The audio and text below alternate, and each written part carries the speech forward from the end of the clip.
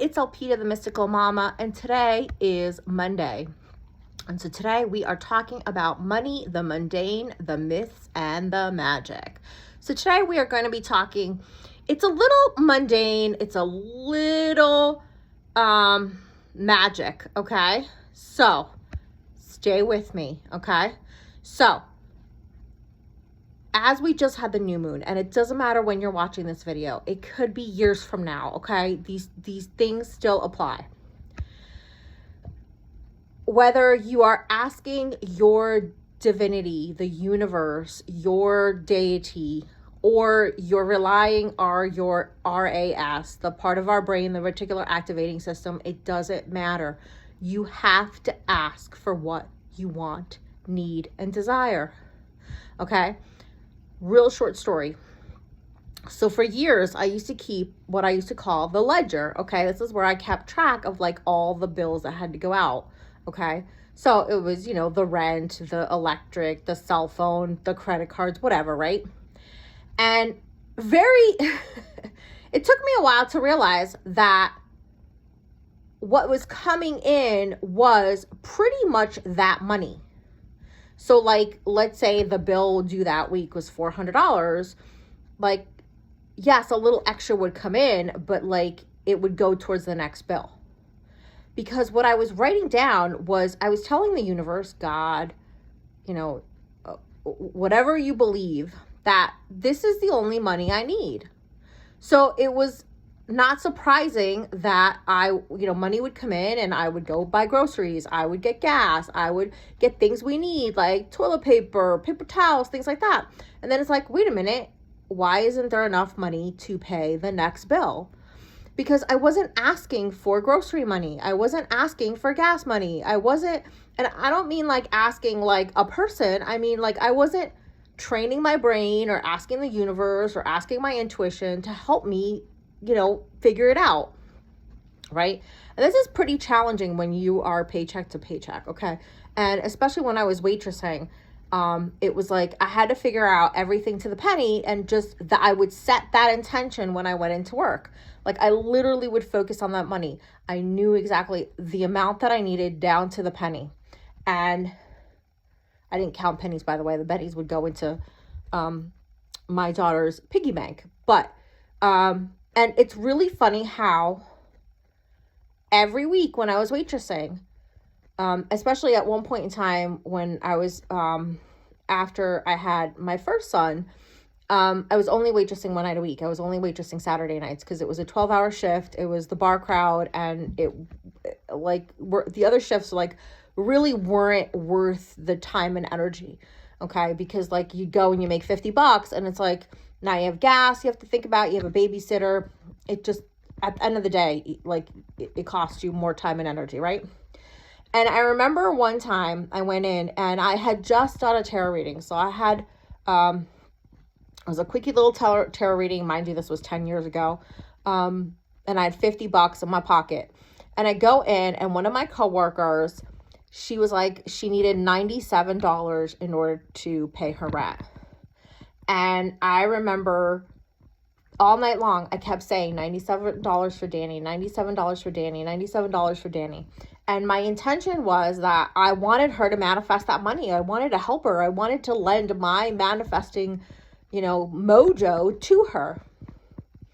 And as a backup plan, because that's kind of how I work, us Aquarius is over here. We are very woo-woo, yet we're very practical, okay? It's kind of like the duality of being ruled by Saturn and Uranus. So anyway, as the night went on, and I, every once in a while I'd stop and count my money, or I'd be like, ooh, that's a $10 bill or whatever. I was like, at one point I got to the point where that $50 plus what I had in my pocket and my apron was enough to pay whatever I needed, right? And so my thinking was that if she got to the end of her shift and didn't have the money, I would give her the $50, okay?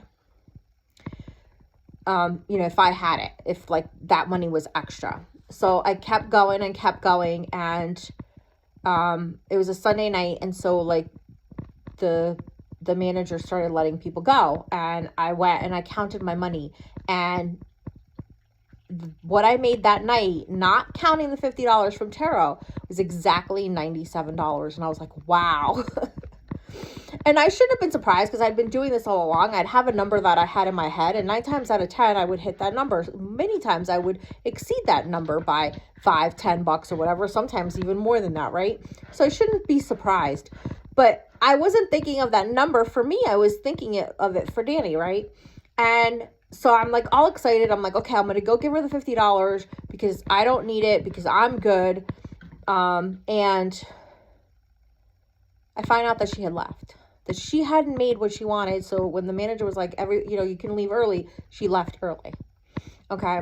And, I get it. It's a Sunday night. I remember one Sunday night, actually a Super Bowl Sunday, I made $18. And like, that hurts, especially when that was just like a gas money. Like, you literally worked,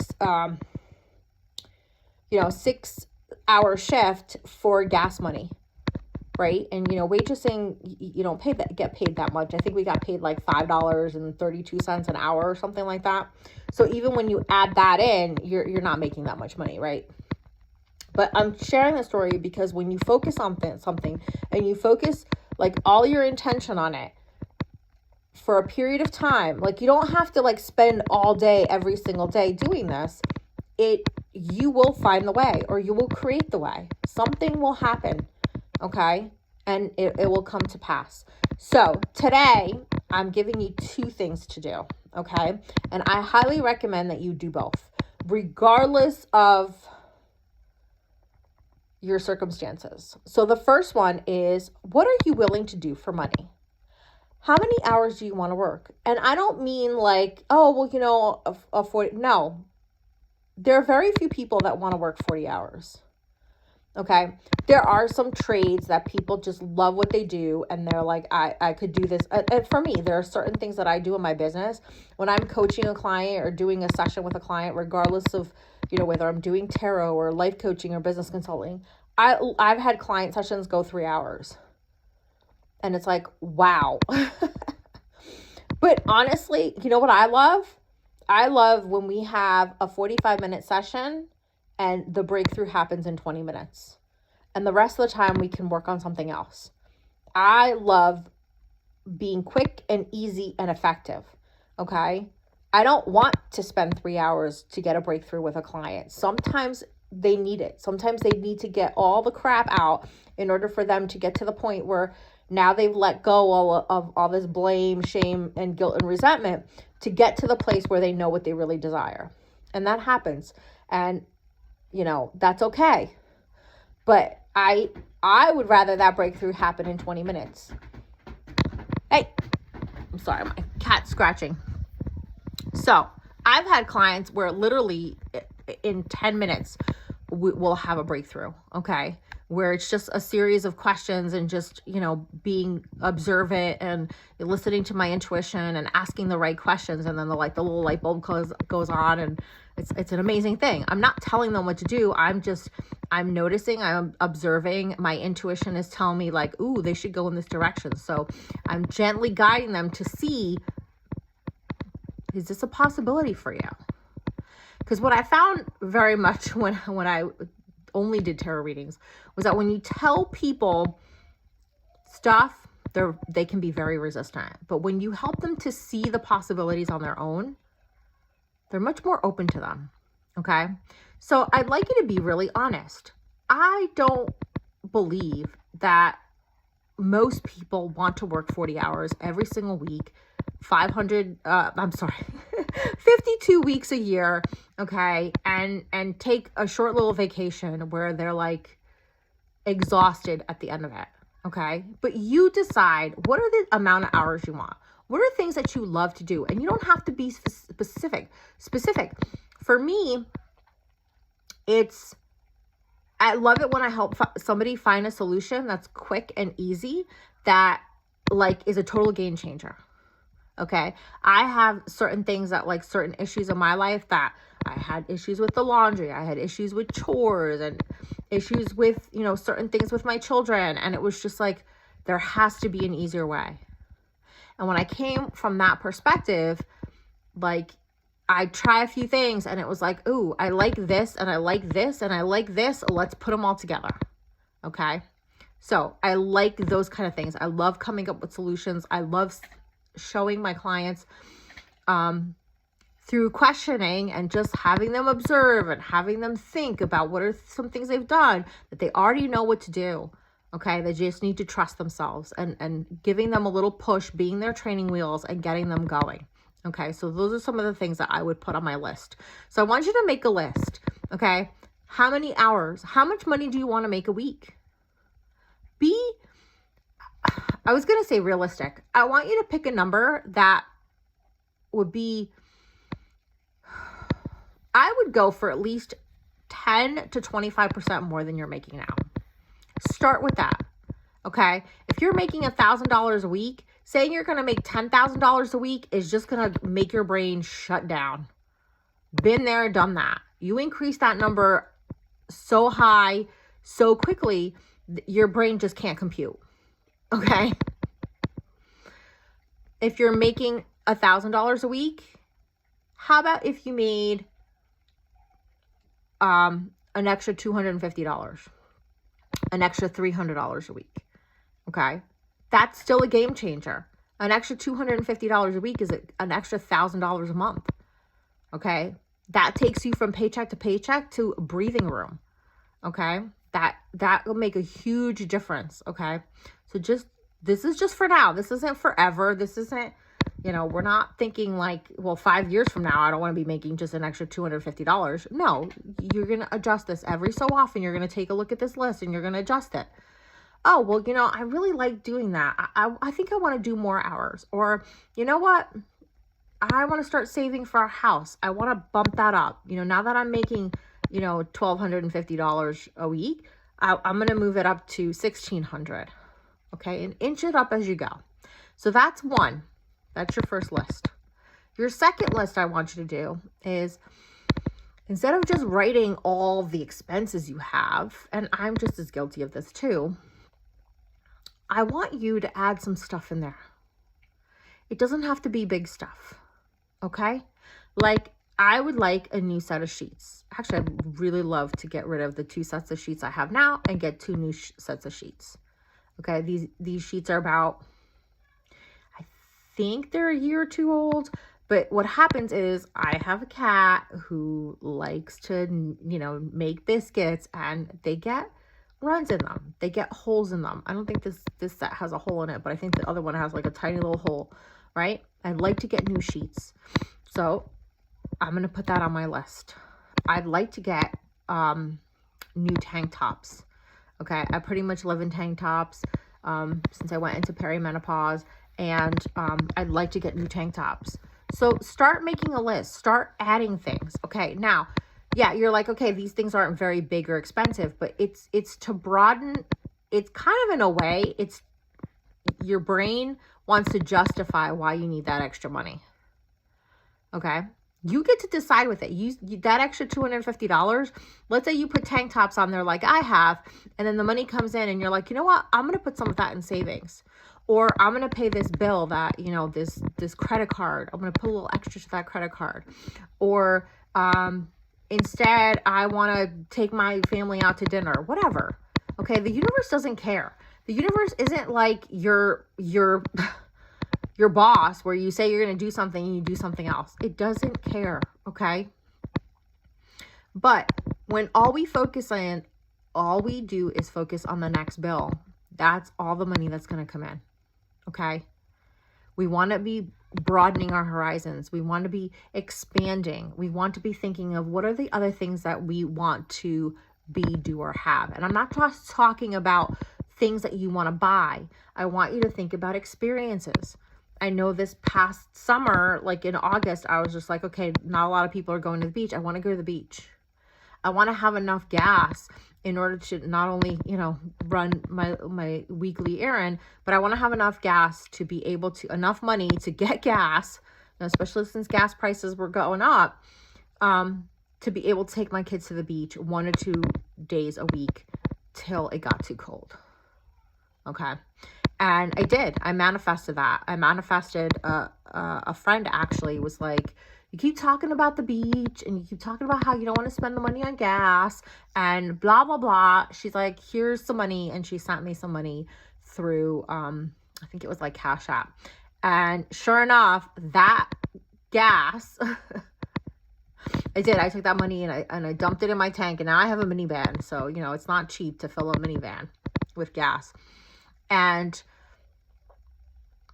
I filled my tank, and I don't remember how many times we went. I think some weeks we went 2 times, some weeks we went 1 time, and literally like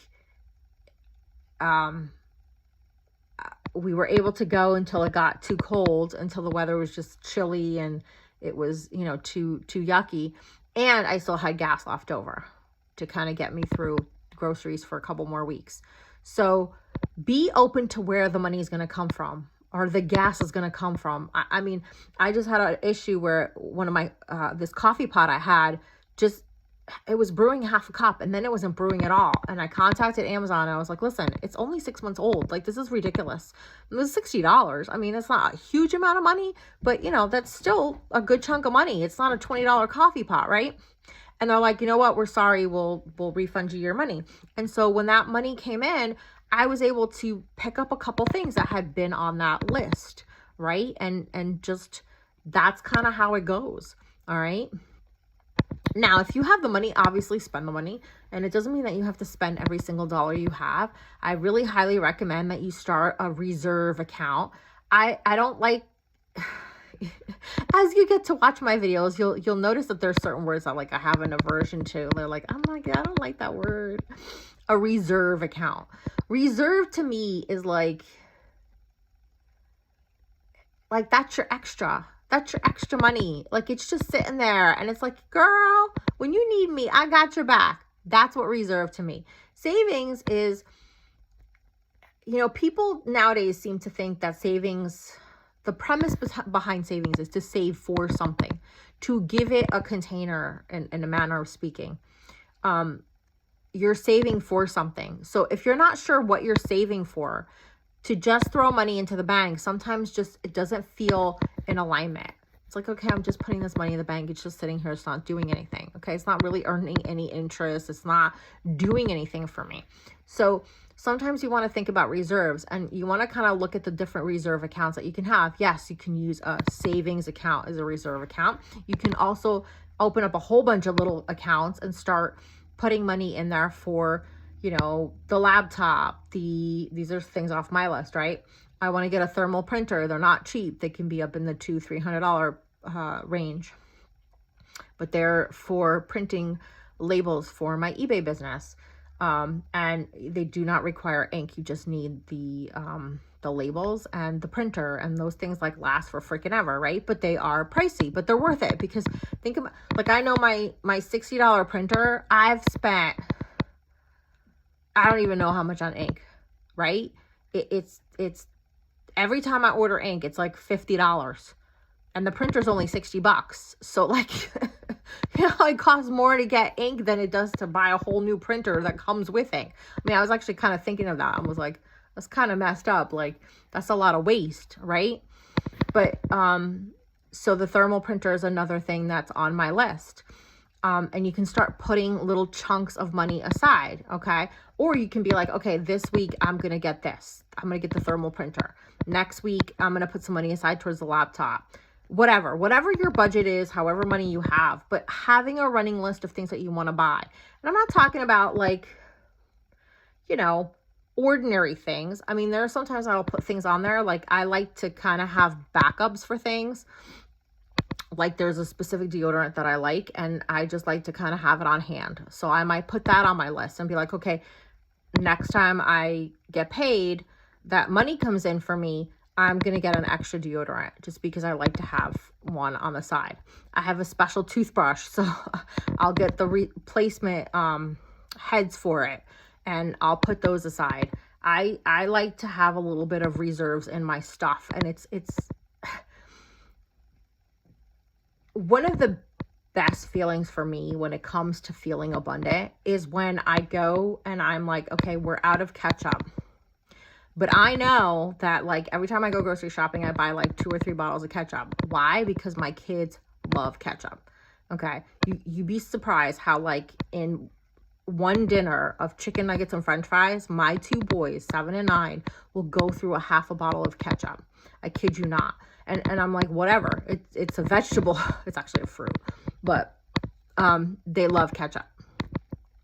So it feels really abundant to me when I can go into my pantry and I'd be like, I got more, right?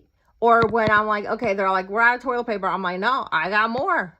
I got like an old laundry hamper that fits right by my dryer. It's actually underneath this rack that I've made into a pantry. And that's where I store the extra toilet paper. I'm like, oh, I got more. And they're like, oh, we're out of paper towels. I'm like, no, I got more. But wait, there's more, right? They're like, oh, Mom, we need this. You know, like I just, I did a Walmart order last Thursday, and I ordered Q-tips. I have this glass container with a lid in the bathroom that I have on the counter that I store the Q-tips in. And it was actually like a candy container. Like it had candy cane sticks in it, and I have 2 of them. I have one on one side that has the Q-tips, on the other side I have cotton pads, and I have a big bucket that I store the extra Q-tips because I buy, you know, a 30 pack, 300 pack, or I usually like it when Walmart has they have a double pack of 500, so it's 1,000. They were out of that, so you know, I will get, when I fill that container in the bathroom, I will order another box of them, right? Whatever they have in stock. And I put it in a plastic container, and I put it underneath the bathroom sink so that I know that I have, when that runs out, I have more. Okay. I love doing that because I don't go to the grocery store all the time. Okay. I usually go like every 2 weeks. Amazon, I don't have a problem. I will order, usually I order at least once a week, something we need, right? But other things, like when I go to the grocery store, like I will fill a cart and I will buy everything that we need for the next 2 weeks. And I usually will buy, it's like, okay, we still have like 4 or 5 rolls of toilet paper. I'm going to get toilet paper because, you know, that's not going to last, right? It makes you feel abundant when you have extra, when you have reserves. That was the whole point of that whole story. I got a little long-winded there. When I have a stash of my favorite purple pens, because when I pick up the last one that I have, I'm ordering another package of them so that when that one runs out, I'm not like scrambling and I don't have my favorite purple pen. You have to start thinking that way.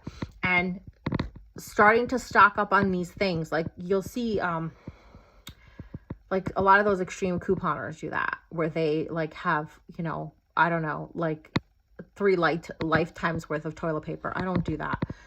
I like to have enough to last a month, because let's say the weather is really crappy, okay, or let's say the store is low or out, right? I want to make sure that I have what we need so that I have time to replace it, okay? These things make you feel abundant, okay? These things are important to do for yourself. It is not a lack mentality. It's not, sometimes it is, where like people like have, you know, 3 lifetimes worth of toilet paper. I mean, there was one woman who like had enough toilet paper for like 36 years. That to me is a bit much, but each to their own. I'm not judging. I'm just saying, for me, that doesn't work. I don't have that kind of space. I don't want to have all that stuff, right? But again, toilet paper doesn't go bad. Like, so who cares, right? And not only that, but like, you know, if there's a donation drive and they're looking for, you know, household items for people or whatever, you can donate. Like, I know a lot of times for me, when I go to the dentist, you know, you get the little bag with the toothpaste and the toothbrush, and it's like, I don't use that toothpaste and I don't use that toothbrush. So what I do is I'll collect them and then I'll donate them, right? So that's another thing that makes you feel abundant, is donating. When you have stuff that you no longer use and maybe you don't want to take the time to sell them. Like, I know for me, a lot of my kids' clothes, I don't really sell them. I usually just donate them. And I'll either find somebody I know that could use them, or I will, I will take them to Savers, because they, to me, are the most ethically run when it comes to these sort of stores. But there's other places that you can take them. You can do your little bit of research. Sorry, I have a call coming in. Anyway, so going back, all right, make a list. How many hours do you want to work? How much money do you want to be making a week? What is the next level that you want to be at financially? Okay, again, you really only want to increase it 10 to 25%. Okay, that's something that's realistic that you can accomplish. Okay, and remember, like, the first couple weeks, it's going to take you time to get to that, but that's going to be your new normal. And then once that's your new normal for a month or 2 or 3, then you can bump it up. So you get to the 1,250, then you're doing that and you're like, this is easy. You got an extra stream of income that brings in that 250, or you got a raise, or you got a new client or whatever. And then it's like, okay, let's go up $500 more. Like, imagine having an extra $500 a week. Okay. Baby steps. Okay. And then, you know, what are you willing to do for it? What are things that you're willing to do for it? And get creative. I mean, we all have skills and talents, and it doesn't mean that you have to do it permanently. Like, I know for me, I love to knit, but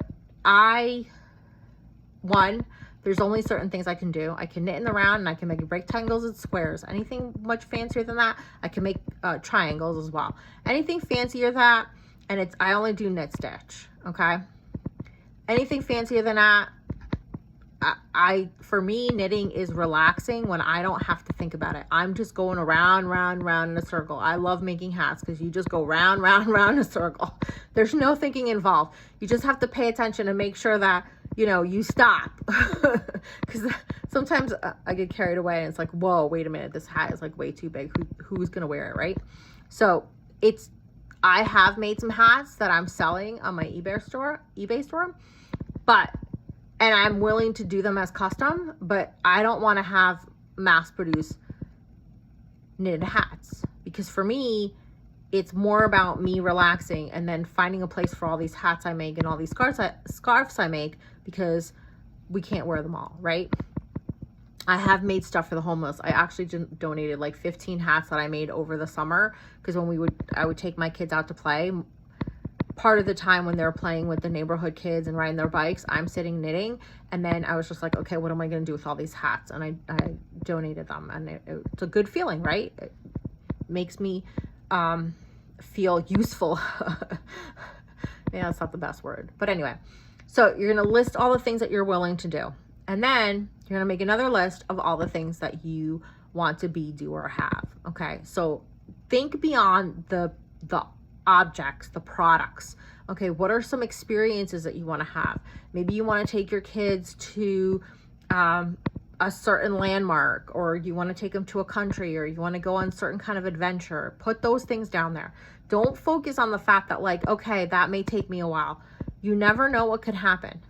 Okay, you never know. You could have a friend who's like, hey, listen, you know, my boss needs me and I can't go on this vacation. Do you want my tickets? You have no idea how these things can manifest. It's not always about you making it happen. Sometimes, I know my daughter, when she was like 4, we found out that they were going to do this, that Elmo was in town. It was this big, you know, thing. Okay. And she wanted to go. And I was like, honey, like, I heard that it's sold out, like, from the get-go. And she's like, no, mommy, we're going. And I was like, okay, honey. And I was just like, you know, I don't know if we can get tickets. I'm just letting you know. And she's like, no, mommy, I know we're going. And she's very intuitive. And her father came home that day, and his boss had bought 6 tickets for his family.